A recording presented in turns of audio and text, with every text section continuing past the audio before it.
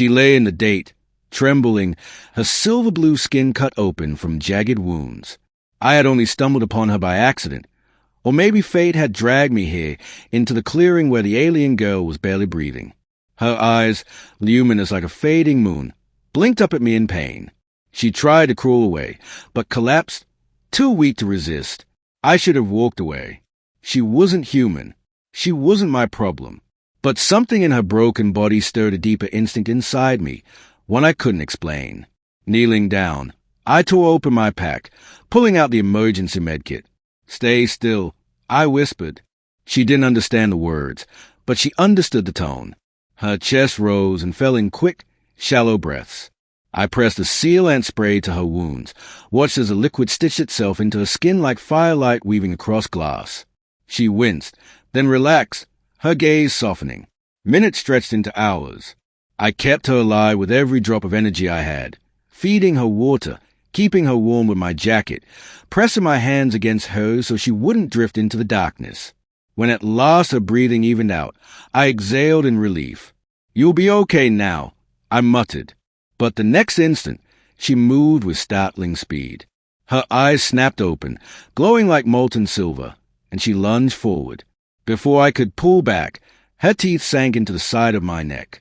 The pain was sharp, searing, and my hand flew up instinctively, but I didn't push her away. She didn't draw blood to kill. It was something else. A bite, a claim. She pulled back slowly, her lips trembling, her breath hot against my skin. I staggered, confused. What the hell was that? Her gaze shimmered with something between fear and reverence. Then she whispered in a voice soft and broken, "Alpha." I froze. That one word, a word from her tongue that I shouldn't have understood, but somehow I did. The forest rustled around us. Shadows moved. And then they came. Figures stepping out from the trees, taller than me, their forms wrapped in armor of bone and hide. Dozens of alien warriors surrounded the clearing, their eyes burning as they looked from her to me. The girl, still weak, crawled closer to me, clutching my arm like a lifeline. She raised her head and said something in her language, something that sent a ripple of shock through the tribe. And then, as one, they bowed. My heart pounded. "What's going on?" I whispered, but no one answered. The tallest warrior stepped forward, eyes piercing me like blades. He pointed at the bite mark glowing faintly on my neck. "She marked you," he said in broken English, his voice guttural but clear. "Now, you are Alpha." The word struck me like thunder. Alpha? No, you've got it wrong. I'm just a man. I helped her, that's all. But they didn't care. The girl's hand tightened around mine. Her gaze was pleading, almost desperate, as if begging me not to deny what had just happened.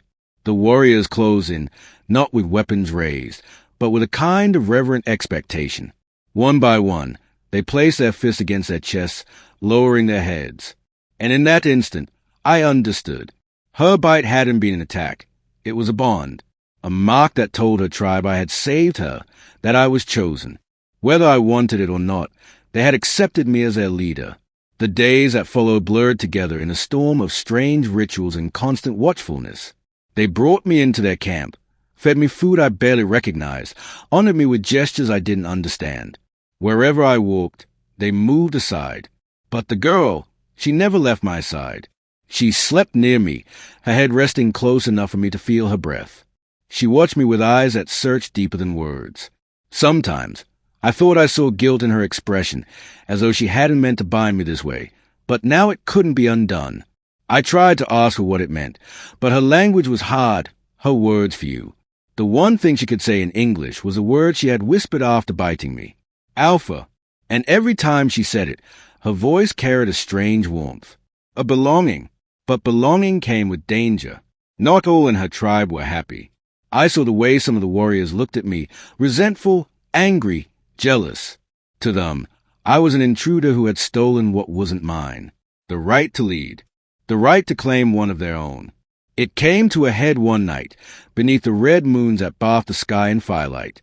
The tall warrior, the one who had first spoken to me, stepped into the circle of the tribe, his voice booming. The human is no alpha. He is weak. He does not know our ways. He pointed his blade at me, then turned to the girl. Release him. Choose one of us. The tribe murmured. Some nodded in agreement. Others hesitated, their eyes flicking to the glowing mark on my neck. The girl rose before I could speak. Her body was still frail from her wounds, but her voice was strong. She touched the mark she had left on me, then looked at her people with fire in her eyes. I chose, she said in her tongue, and the bond cannot be broken. The warrior snarled. Then let him prove it. Let him fight. The tribe roared with approval. My stomach twisted. Fight? Against him?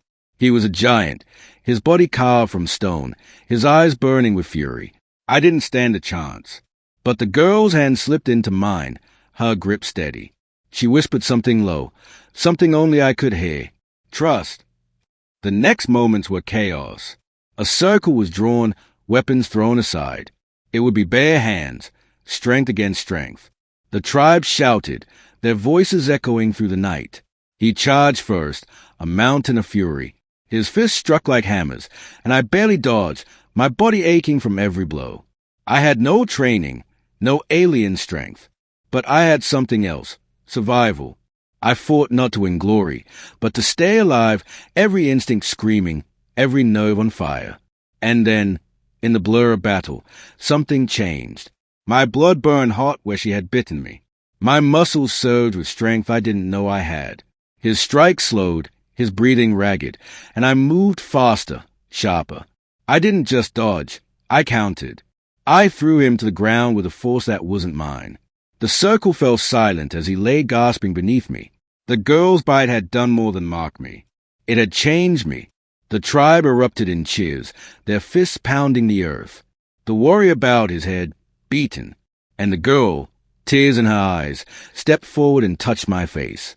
Alpha, she whispered again, not as duty, but as something more.